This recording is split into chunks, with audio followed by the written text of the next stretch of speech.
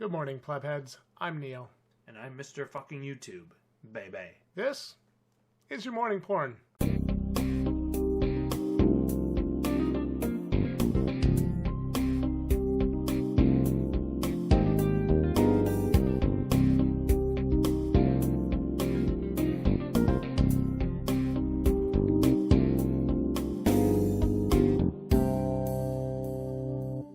Today's episode.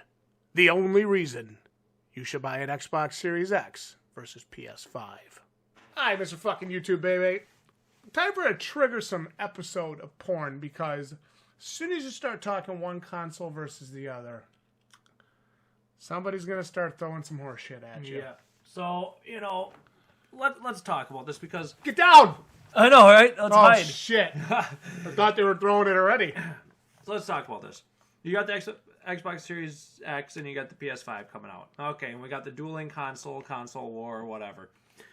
Burn PC! Shut the fuck up! So we're going to leave PC out of this discussion, okay? Because we just want to focus on the two main consoles here. And, we were Xbox 360 people, right? We thought the PS3 was a shit system for the most part. It had a couple of good games, but... It was 50-50. It wasn't a great system. Didn't have the type of gaming support we needed on it. So Xbox really dominated with the Xbox 360. Xbox 360 was a fantastic console. It was. And then you got to the Xbox One and PS4 era, and we started with Xbox Ones. We did. And then we went to PS4, and we really never looked back. Nope. And so we could probably be converts to the PlayStation. We were PS2 people, then we went to Xbox One, and now we're back to PS4. So we kind of been back and forth on the consoles with every generation. And, you look at it, we saw the reveals of the consoles. So let's just assume for this discussion, price day one is the same, and there may be a few hardware differences here and there, but at the end of the day, they're both going to play their respective games, right? Yep. Neither of these companies is going to release a console that doesn't play their first-party games or doesn't play the games that are developed for them, because that would be dumb. So, yeah, sure, you might have the PS4 Pro, and you got the Xbox... One X or whatever, and maybe the One X is a little bit better than the PS4 Pro, whatever, but at the end of the day, they both play their games pretty good. Yeah. So apples for apples, you look at the two consoles, and maybe some people ain't going to agree with me, but the PS5 looks a hell of a lot better. Okay? I don't care what anybody says, that PS5 looks fucking awesome. I love the futuristic internet rotor. It looks fucking cool. Okay, that Xbox Series X looks like dog shit. That's the worst console design I've ever seen. So, I mean, hey, sure there's people that disagree. Good on them. But, so you look at it, the PS5 looks better. The controller is better. And you look at the first-party games. I'm sure there's a few people that are going to say that Xbox, that Halo Infinite and that Fable are their bee's knees, and that's great. But when I saw what PlayStation was bringing out with Demon's Souls and Horizon West or whatever, West, yep. and the next Spider-Man, and you look at the lineup of exclusives that PlayStation has built, whether it would be Ghost of Tsushima, and you could have that come out for a second round on PS5, The Last of Us, maybe have Last of Us Part 3. Or you have, you even have God of War 2. Cyberpunk is going to be, you're going to be able to get it and bring it over. Yep. To the next gen. So, and then you have, God of War. They're going to probably have God of War 2 or God of War whatever they're going to call it on PS5. The PS5 exclusives, or PS4, PS5, Sony exclusives, whatever you want to call them, are better. Infinitely better. Okay? Halo is kind of a rehash, right? Gears of War, it's a rehash. You're not getting a spectacularly different or changed game every time. And you're getting a first-person shooter or third-person shooter. And I don't believe that Xbox has the type of exclusives that really win in that department. Well, I don't think they have that anymore. They did maybe in the 360 versus the PS3 range. Oh, they definitely did. The 360 stomped the PS3. Yeah. And, when Gears of War came out, that was a phenomenal Gears 1 and 2. new Yeah. game, right? And I think Halo 3 was a phenomenal amazing entry in the series. Like, you could really feel pretty positive about what they had. That's why we bought multiple Xbox 360s over the lifetime. We did. And you know, when you look at it now, and you look at Ori and the Will of the Wisp being the best thing on Xbox, best exclusive on Xbox. Yeah. So again, you can argue it if you want, but the PS5, but you're wrong. The PS4, Sony dominates this series of consoles. Yeah. This round of consoles. So now you have the second set of consoles coming out, and you and I kind of been talking. We're pretty sold on getting that PS5. Yeah. Like, we don't think there's a possibility in hell that we'd buy an Xbox One Series X over a PS5. As big of gamers as we are, we do not, and we are more. I am anyway. Very, very single player focused, right? In the games that I play, I like the story driven, maybe RPG driven, single player focused games. So, you know, I don't do a lot of the PUBGs and things like that were kind of more on Xboxes, at least in this generation. At least initially. So, okay. What's the only freaking reason on the planet you'd even consider buying the Xbox? What's the only thing that's got me thinking about getting an Xbox Series X? I don't know, Mr. YouTube. Tell me. Game Pass Ultimate. Okay. That's it. That is a massive selling point for the way they have Xbox set up. Yeah. And I actually, for the most part, agree with you. You may see this happen, and you may see games go as a service over a long period of time, right? You may see they may slowly get away from physical release, right, and physical discs, and go to all games being as a service. You may see gaming become like a $15 to $20 a month. Your company, Sony or Microsoft, yeah. You know, you may have or some side like Netflix and Hulu, right? Yeah. And Yep. it is very possible we'll see something like that continue to happen as more and more people get access to the internet.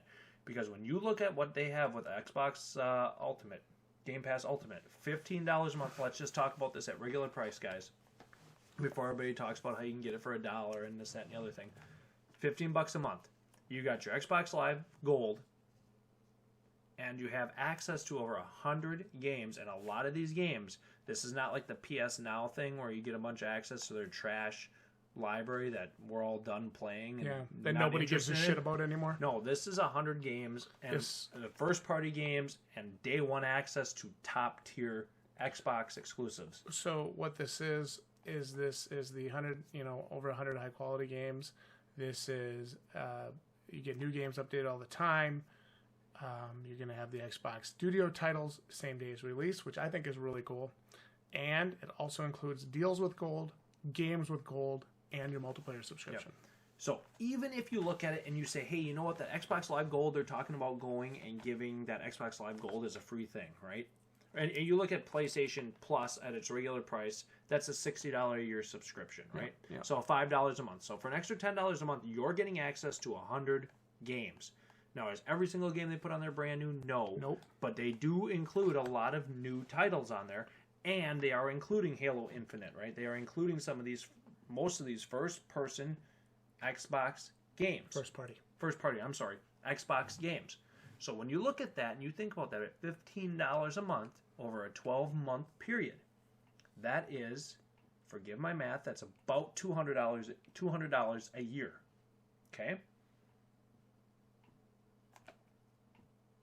Less than $200 a year. Mm-hmm. $180 a year. That is the cost of 3 AAA titles. Yep. Does every single person on the planet buy 3 AAA titles every year? I don't think so. I don't either. We do. Yeah, So a lot of you guys watching this channel are pretty big gamers. We buy 3 AAA titles every year, no question, right? That we buy that many. And we buy at least that many day one. Maybe not all of them, but we do buy quite a few of them day one. Mm-hmm. I think this year we're going to be at 8 or 10, right? So $600 just on games. And when you look and you see that you can play that many games for $15 a month, $180 a year, the cost of 3 AAA titles, you're going to have access day one to at least that many AAA titles. No, Halo Infinite and Fable, beyond anything else that they're going to bring out. They've said that they're going to have them on Game Pass, right? Yep. That is phenomenal value. That was huge. When I saw that, I'm thinking to myself. So when you look at what Xbox is doing with that service, damn, the ultimate part of it, right? Yep. That is a phenomenal, excellent value as a gamer. So as ultimate, you also can get access to it on your PC, which in my case is fantastic. Yeah. Because if I wanted Well, to a lot play, of us that are console gamers or PC gamers as well have access on a PC. So if I wanted to play Grounded, or if I wanted to play Halo Infinite, I can play it through my PC, which is what I'll be doing. Yeah. I think that's awesome. It is. So that, you look at what they're doing with Ultimate, that is a phenomenal, game-changing value for gamers, for high level and high participation gamers. Okay? You look at what PlayStation is doing, they're not doing that. At least to my knowledge. They do not have a service that gives you day one access to The Last of Us Part 2 for $15 a month. Okay? Where is that? I don't see that. You know, I believe you can cancel any time on this. You can. You do have to remember to do it, though. Yeah, you have to remember to cancel it, but like anything, and then you can just, re-up it when a game comes out that you like. Mm-hmm. So, I mean, when you look at this, guys, and you look at how much you're paying at $60 day one on these games versus being able to play them here, this is a really, really good value. I think so, yeah.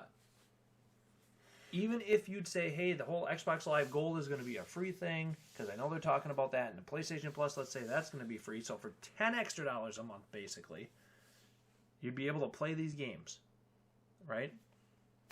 Phenomenal, phenomenal value. $120, that's literally two AAA titles a year. Most of us buy that day one. Most of us pay for that. Yeah. And here you're going to have access to them. Yes, you wouldn't own a copy of the game, and I understand that. But, this probably in the long term turns gaming into a, gaming as a service sort of option in a lot of ways. Well, I think they're planning on doing that. I think you will see more of this in the future. It's just, you look at the competition these guys have and the amount of money that they have to put into these AAA titles, and you look at the competition as they try to grow their audience base, right? And, you look at people like us, we're hardcore gamers, right? We've been hardcore gamers our whole lives, something we do as a passion, right? Where we spend a ton of our disposable income on it. But you look at a lot of the gaming populace and the way that gaming has exploded recently, a lot of it's in the free-to-plays, a lot of it's in the mobile gaming and the casual gaming, right? It is not necessarily in the hardcore $60 at release day one buyers, right? And this is potentially the one-up that Xbox would need to regain its footing over PlayStation. Potentially. We'll have to see it. We'll have to see how it plays out over the console life. I'd say that and some really stellar first-party titles. Obviously, we don't necessarily, looking at it and having played the original Halo games and the original Gears of War games and kind of being done with them, we haven't seen Xbox necessarily come out with anything spectacular, right, since that's really had us excited versus what PlayStation has done. So when you look at it, I don't necessarily know from our perspective if we think that the games are good enough to where Xbox can still take over and win and be the number one console.